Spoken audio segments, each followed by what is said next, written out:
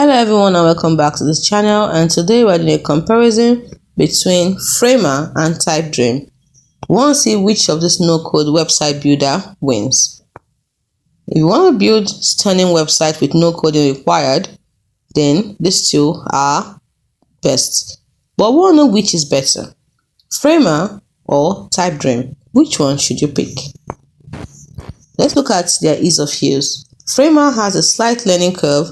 It is design focused, while Typedream has super simple text-first approach. When it comes to what they are best for, Framer is best for high-end portfolios, startups, and SaaS, while Typedream is best for blogs, personal sites, and quick pages. When it comes to templates, Framer has ultra-modern interactive designs, while Typedream has minimalistic, clean layouts. When it comes to customization, Framer has advanced animations and CMS, while Typedream has simpler, markdown friendly.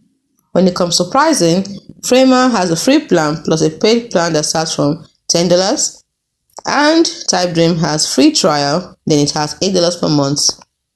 Then we have AI features. Framer has AI generated copy and sections, while Typedream has AI content suggestions. When it comes to speed, Framer is fast but can get complex, while Typedream is lightning fast, has a lightning fast setup. So, if you want pro-level design control, Framer is your pick, but if you need a dead simple text-based site, Typedream all the way.